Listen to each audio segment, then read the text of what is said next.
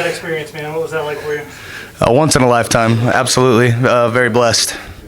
Once in a lifetime, but your boss, Mr. Coker, I think, tweeted that he wouldn't mind seeing you back, so it could be twice or more in a lifetime. Yeah, I saw that, and I actually got a chance to talk to him, and hopefully he'll get with my manager, Chris Gregory, and we can work something out. That would be awesome. What was the moment like with you and Jake after? I mean, it was sort of a weird thing that went on there, and did you feel like he held it way too long, and what's your thoughts there? Yeah, my biggest thing is when the ref goes to pull you off, let go. I understand I talk a lot, and I understand the emotions can get kind of high, but you have to be professional. After the fight, you have to shake my hand, give me a hug, tell me, hey, good fight, buddy. You beat me up, and he didn't do that. He tried to hurt me more.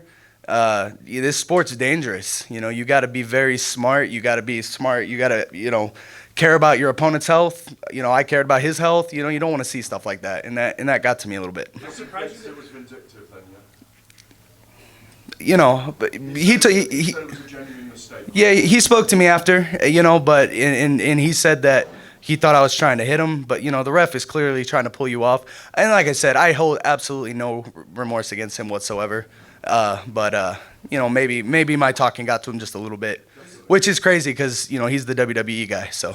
It's surprising that bothered him coming from the world that he comes from. I mean, something like that shouldn't get under his skin, and it's not like you were that out of control, were you? No, I don't think I was. I just wanted to remind him and everybody that he is only 1-0, and I'm 1-0, and in the world of MMA, we might be a little bit closer than people are giving us credit for. And tonight he proved he was better, and absolutely take every hat I have off to him. But and like I said, after the fight's over, once I tap out, once the ref pulls you off, get off me. I think that's fair. Do you feel it should have been a disqualification, or do you No. think?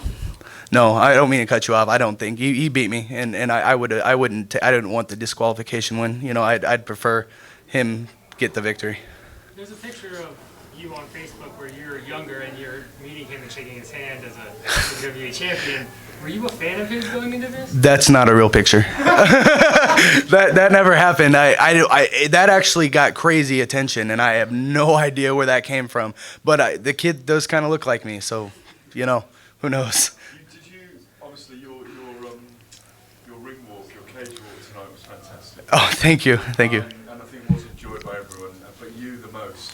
Has it given you a little bit of an appetite to want to do this again?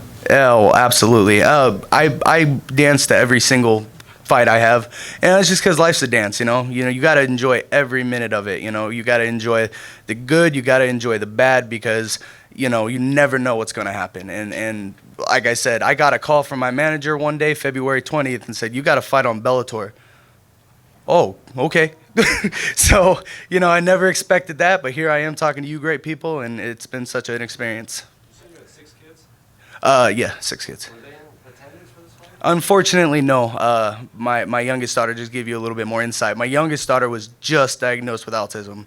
So we had to, really kind of think about how difficult this might be on her, and we couldn't take a plane trip. I know my wife wanted to be here, but we had to think of what was the best interest for the kids.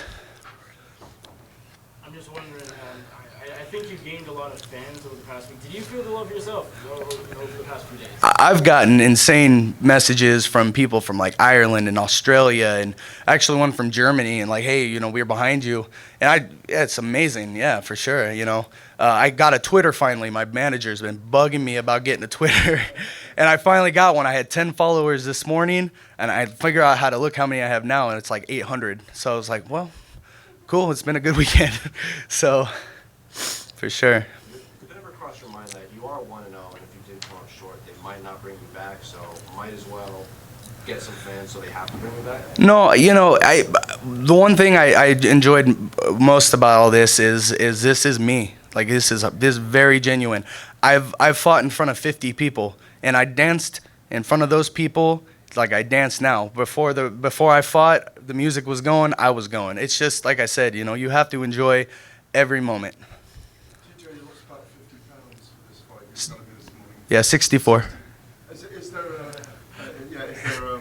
Is there an intent now to stay at this weight and perhaps drop more around your stomach in that area? Oh, absolutely, absolutely. I promise you, I will never be over 300 pounds again, unless I'm like 80 years old and like you know, I just want big doubles all day. When I spoke with you earlier this week, you said if you were going to come back as a full-time pro fighter one day, you'd have to check with your wife. Is that still the case? Oh yeah, no, that don't change. Have you spoken to her? She got mad because I was getting kind of bombarded after the fight, and she messaged me and she was like, hey, you know, are you okay? You know, I saw the fight, and I was like, hey, you know, give me a minute. And I made a post and I said, I'm gonna get to everybody, you know. And she's like, I'm not everybody, I'm your wife. Call me. And I was like, oh, absolutely. So yeah, no, she got the first phone call, and she'll definitely get the last. So. Even though it didn't go your way, is it strange in hindsight to think, hey, I just went out there and fought former WWE star Jack Swagger? Like, is that kind of strange?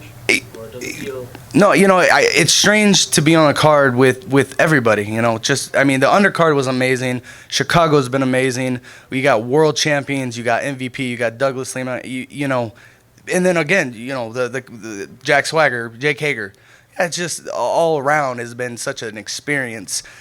And to say that I've been a part of it, I mean, I sat at a press conference right next to Pat Curran, and he's one of my favorite fighters. The whole time I'm just wanting to like, hey, buddy, let's talk. You know, I just want to talk to the guy the whole time, you know. But you got to be professional, and I do want to say every pro fighter was such a great, just such great people, you know. And they treated me like I was one of their own, which is, you know, you don't expect that, but it was great. Yeah, Big John, he got mad because I got a haircut, and jokingly I said, I did it because the internet got to me, and he's like, get over here. I was like, okay, and then he gave me some advice. He was going to stay between me and him, and I appreciated it. Chael Sonnen, he had some great things to say to me. MVP, yeah, we got to talk comic books with him, and that was awesome, you know, and, you know, so yeah, just the whole time was definitely an experience. Oh, yeah, for sure. If I can remember who it was, I'd give him a shout out, but I can't for the life of me.